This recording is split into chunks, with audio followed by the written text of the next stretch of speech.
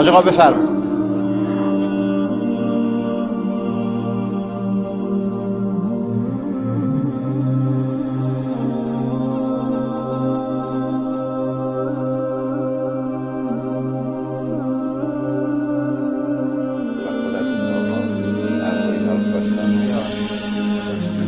نامه حضرت آقاست که بر دیوار نصب شد. میگفتن از این اتاق به اون اتاق، از اون اتاق به اون اتاق داره قایم میشه با خانواده‌اش.